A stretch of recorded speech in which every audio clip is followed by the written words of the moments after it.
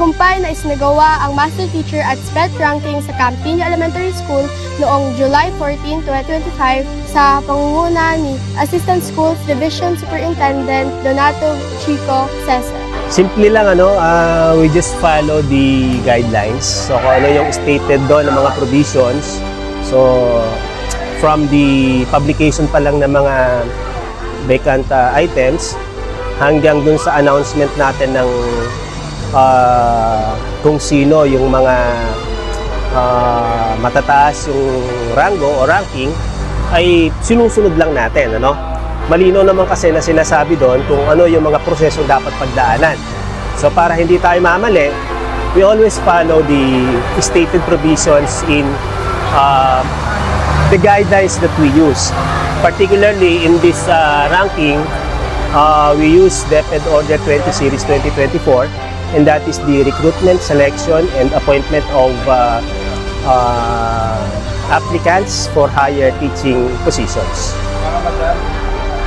Layunin ng aktibidad na ito na kilalanin at itaas ang ranggo ng mga karapat-dapat na guro batay sa kanilang kagalingan, karanasan at kontribusyon sa larangan ng edukasyon. Tampok rin sa nasabing aktibidad ang demonstration teaching, portfolio presentation at interview na isinagawa at isusis na baybayan ng mga miyembro ng lupon. Marami pong preparations akong hinanda, especially yung sarili ko ay inihanda ko po para sa Master Teacher ranking na ito. When it comes to the interview, of course, nireview ko po yung mga PPST na para sa Master Teacher at ano pa yung mga pwede kong i-offer para dun sa school na mapupuntahan ko if ever na ako po yung mapili sa Master Teacher ranking na ito.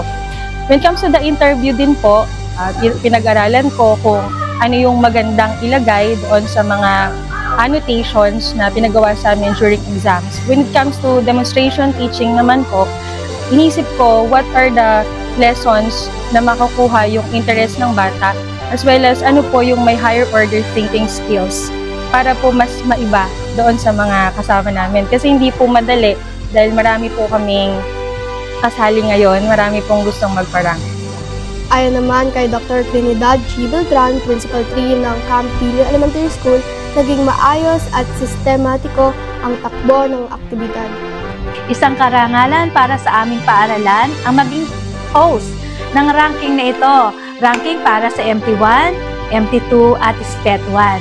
Tunay niyang inspirasyon na ipinakitang dedikasyon at galing mga aplikante. Tunay na sila ay mahuhusay.